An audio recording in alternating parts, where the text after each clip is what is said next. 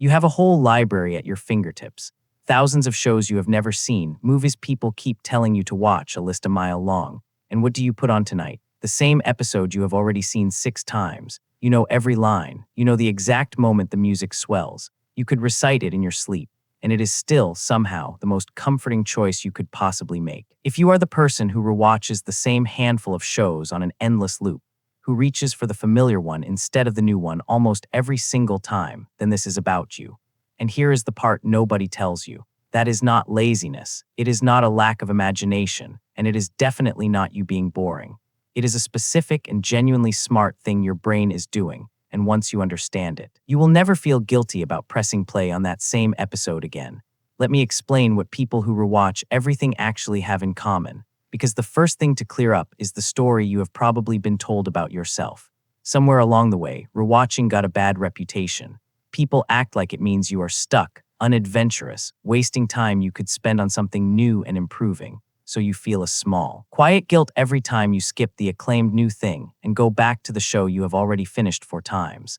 I want to take that guilt off the table right now because the research points in a completely different direction. Choosing the familiar thing on purpose is very often one of the smartest and most emotionally intelligent moves your brain makes. You are not failing to move forward. You are reaching, deliberately, for something the new thing simply cannot give you. And to see what that is, you have to understand what actually happens when you rewatch.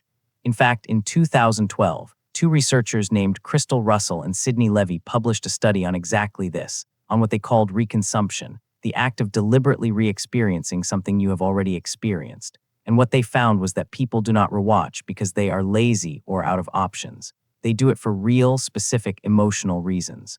Rewatching, it turns out, is not a failure to find something new. It is a choice to get something the new thing cannot offer.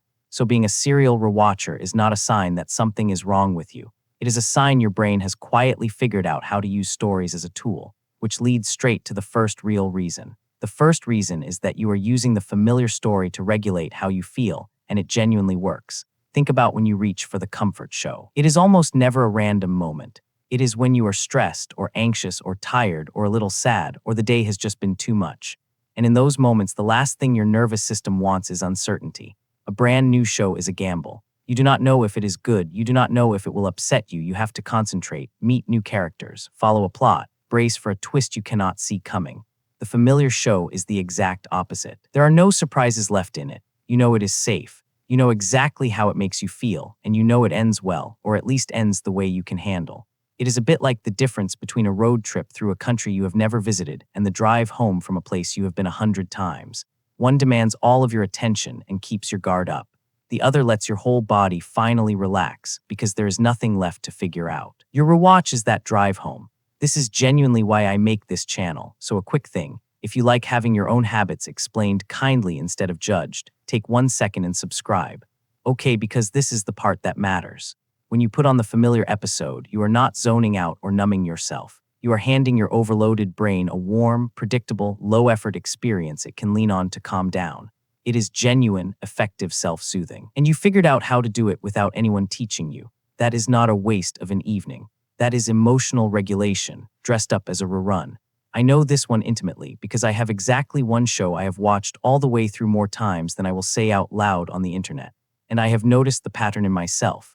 I never reach for it when I am happy and rested and curious. I reach for it on the days that flattened me. The ones where my brain is fried and I do not have a single ounce of energy left to give a new story. On those nights, the thought of meeting new characters and following a new plot feels almost physically exhausting. But the familiar one asks nothing of me. I can half watch it, I can say the lines along with it, I can let my whole body go slack, and 20 minutes later I feel like a person again. For years I thought that was a slightly embarrassing thing about me. Now I understand it is one of the more sensible things I do. My brain found a reliable off switch for the day, and it happens to have a theme song. The second reason is that you are not actually watching the same thing twice, even though it feels like it. Here is what people who never rewatch completely miss. The show does not change, but you do, and that means every rewatch is quietly a different experience. The first time through, you were busy just following what happens, gripping the plot, wondering how it ends. All your attention went to the surface. But once you already know the ending, all of that mental energy gets freed up and it goes somewhere new. You start noticing the details you missed, The small piece of foreshadowing that meant nothing the first time and means everything now. The joke in the background you never caught. The way a character's whole arc was hidden in plain sight from the very first scene. You are not re-experiencing the story. You are experiencing it at a deeper layer, the one you could not reach while you were still worried about what happens next. Russell and Levy found this too, that people often reported getting new and different things out of the same book or film on a second or third pass, seeing it through the eyes of who they had become since. So the rewatch is not a lazy shortcut. It is you finally getting to appreciate the craft, the texture, the quieter beauty of something, precisely because the suspense is out of the way. A first watch is reading a mystery to find out who did it. A rewatch is reading it again to admire how the author hid the clues the entire time. Those are two genuinely different pleasures, and you are one of the few people patient enough to collect both. You have felt this even if you never put words to it. Think about the last time you rewatched something you truly love and caught a line you would swear was not there before. It was there the whole time. You just could not hear it the first time because the first time your attention was spent somewhere else, racing ahead to find out what happens. Now that the what happens is settled, you finally have the room to notice the how and the why and the small human details the writers buried for exactly the kind of person who would come back and look twice.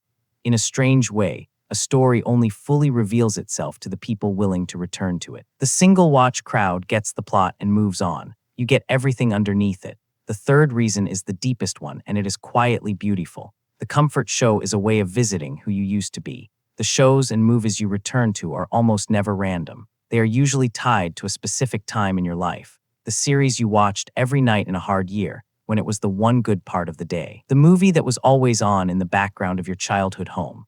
The show you and one particular person watched together. When you put those on again, you are not just watching a story. You are quietly time traveling. The familiar scenes carry the emotional fingerprint of who you were and where you were when you first loved them, and pressing play brings a little of that back. The comfort, the safety, the version of you that existed then. This is part of why the comfort rewatch feels so much warmer than watching something new could ever feel.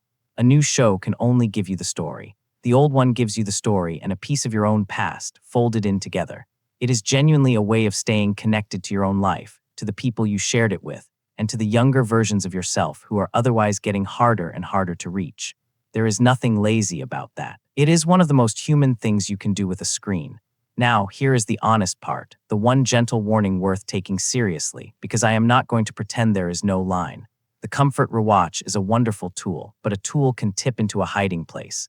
If you only ever retreat into the familiar, and you notice you are using it to avoid anything new, anything challenging, anything that might grow you, then the same habit that soothes you can quietly start to shrink your world. The goal is not to feel guilty about your comfort show. The goal is balance, plenty of the familiar thing when you need to be soothed, and enough room when you have the energy to let something new surprise you. The healthiest version of this is not choosing one over the other. It is knowing which one you actually need tonight and being kind to yourself either way. Most of the time, honestly, reaching for the familiar when you are worn out is not avoidance at all. It is just good instinct. So let me leave you with the reframe I most want you to keep. Rewatching the same things over and over is not a small, slightly embarrassing habit, and it is definitely not proof that you are boring or stuck. It is often the exact opposite, a sign of a brain smart enough to soothe itself, patient enough to find the deeper layers most people rush right past, and tender enough to hold onto the pieces of its own past. The people who rewatch are not the ones who ran out of things to watch. They are frequently the ones who understood, without ever being told, that some stories are not for finding out what happens. They are for coming home to. So the next time you scroll past 1,000 new things and press play, once again, on the episode you already know by heart, do not feel a flicker of guilt about it. You are not wasting the evening. You are doing something quietly wise, giving your tired brain the one thing the whole endless library of new cannot offer, which is the deep, rare comfort of already knowing exactly how this one ends. So tell me down in the comments, because I know every single one of you has won. What is the show or the movie you have rewatched more times than you would ever admit out loud? The comfort when you reach for when the world is too much. Name it below. And let's build the coziest, most comforting watch list on the internet together. And if you want to understand why the old things pull at you so strongly in the first place, go watch the one on why you feel nostalgic for times that were not even that good, because it is the exact same machinery, quietly reaching for home. I'll see you over there, probably rewatching something.